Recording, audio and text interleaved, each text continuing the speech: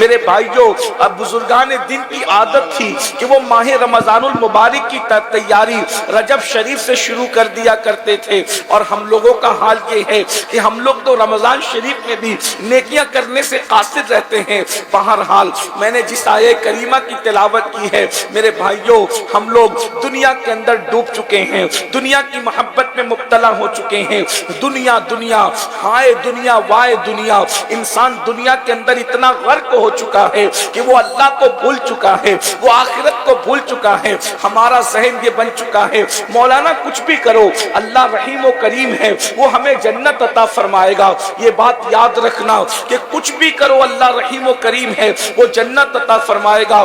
یہ ہماری فکر کو شیطان نے اغوا کر لیا ہے، یہ شیطان کا مکر ہے، یہ شیطان کی چال ہے۔ میرے بھائیوں اگر کچھ بھی کرنے پر اللہ جنت دے گا تو اس آیت کا مطلب کیا ہے؟ اللہ ان الابرار لفی نعیم وان الفجار لفی جہیم، نیکوں کو جنت دیں گے، مجرموں کو جہنم دیں گے۔ میرے بھائیوں اللہ اکبر، میرا اللہ ارشاد فرماتا ہے سلام قولا من رب رحیم وامتازوا اليوم ایھا المجرمون۔ اللہ ارشاد فرماتا ہے قیامت کے دن اللہ سلام کرے گا اپنے بندوں کو، سلامتی نازل کرے گا اپنے بندوں پر، اللہ سلام فرمائے گا تو ارشاد ہوگا وامتازوا اليوم ایھا المجرمون، مجرموں کو الگ کر دیا جائے، مجرموں کو چھاٹ دیا جائے، صرف نیک بندوں کو سلام کرے گا اللہ، ان پہ سلامتی نازل فرمائے گا، مجرموں کو چھاٹ دیا جائے گا، پاپیوں کو چھاٹ دیا جائے گا، گنہگاروں کو چھاٹ دیا جائے گا۔ میرے بھائیوں بتاؤ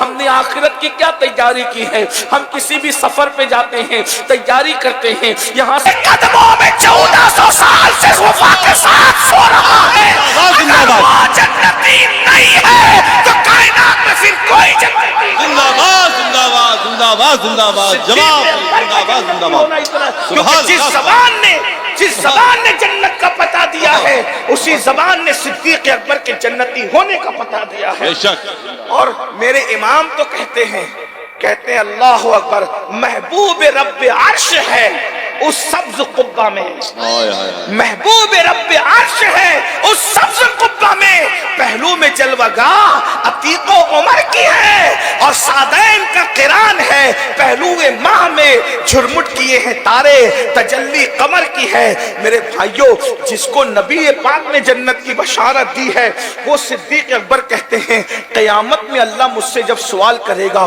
میں اللہ کو کیا جواب دوں گا؟ ذرا بتاؤ، جس کو رسول پاک جنت کی بشارت دے دیں وہ کہتے ہیں میں اللہ کو کیا جواب دوں گا؟ ہمارے پاس جنتی ہونے کی سند کیا ہے؟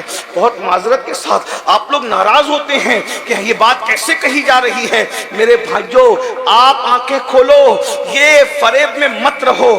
جمعہ کی 2 رکعت نماز پڑھ کے مسجد سے ایسے بھاگتے ہو جیسے اسکول کی چھٹی ہونے پہ بچے بھاگتے ہیں، پھر کہتے ہو مولانا ہم جنت میں جائیں گے۔ بتائیے زکوٰۃ پوری ادا نہیں کرتے ہو اور کہتے ہیں مولانا ہم جنت میں جائیں گے۔ اللہ اکبر، نہ غسل آتا ہے، نہ وضو آتا ہے، نہ کلمہ آتا ہے، نہ کلمے کا ترجمہ آتا ہے، نہ ایمان مجمل یاد ہے، نہ ایمان مفصل یاد ہے، کہتے ہم سنی ہیں نا مولانا ہم جنت میں جائیں گے۔ میں نے کہا سنی بالکل جنت میں جائے گا، لیکن وہ کیسا سنی ہے جو پوری زندگی مسجد کا دروازہ نہیں دے؟ کیا بات رہی، یہ کون سی سنیت ہے؟ بھئی آپ تو جانتے ہوئے بھئی عقاب تو بہت اونچا اڑتا ہے، عقاب اونچا اڑتا ہے نا، لیکن اگر کوا اپنے آپ کو عقاب کہے تو وہ اونچا نہیں اڑ سکتا۔ عقاب عقاب ہے، عقاب کی کچھ صفت ہے۔ ویسے ہی سنیت صرف نام کا نام نہیں ہے، شہد کا نام زبان پہ جپنے سے زبان میٹھی نہیں ہوتی، لڈو لڈو کہنے سے منہ میٹھا نہیں ہوتا، دواؤں کو جیب میں رکھنے سے شفا نہیں ملتی جب تک کہ آپ اس کو پریکٹیکل نہ کریں۔ مجھے بتاؤ تو صحیح وہ کون سی سنیت ہے میرے بھائی کہ پوری زندگی میں ہفتوں گزر جاتے ہیں، کبھی رسول اللہ کا نام بھی آپ کی زبان پہ نہیں آتا، کبھی کلمہ طیبہ بھی آپ کی زبان پہ نہیں آتا۔ یہ کون سی سنیت ہے؟ سنیت کی ایک تعریف ہے، سنیت کی ایک تعریف ہے، اس کا ایک تعارف ہے، اس کی ڈیفینیشن ہے، اس کا پریچے ہے۔ ارے سنیت کیا ہے؟ اللہ اکبر، گناہ میں ڈوبے ہوئے لوگوں تم کہتے ہو ہم سنی ہیں، یاد رکھنا گنہگاروں کو میں کافر نہیں کہتا، لیکن سنیت کا جامع تعارف یہ ہے۔ ارے گناہ تو اپنی جگہ، پاپ تو اپنی جگہ، امام کہتے ہیں انہیں جانا یہ سنیت ہے، انہیں جانا انہیں مانا، نہ رکھا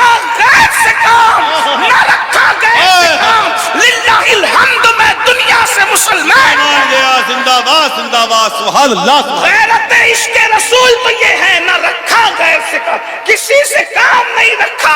اب مجھے بتاؤ پھر جو زنا سے کام رکھے، جو شراب سے کام رکھے، جو جوئے سے کام رکھے، جو حرام سے کام رکھے، بتائیے اپنے موبائل کے اندر کیا کیا دبا دبا کر اور چھپا کر کے رکھا ہے۔ سنی تو وہ ہے جو غیر سے کام نہیں رکھتا، کسی غیر سے کام نہیں رکھتا۔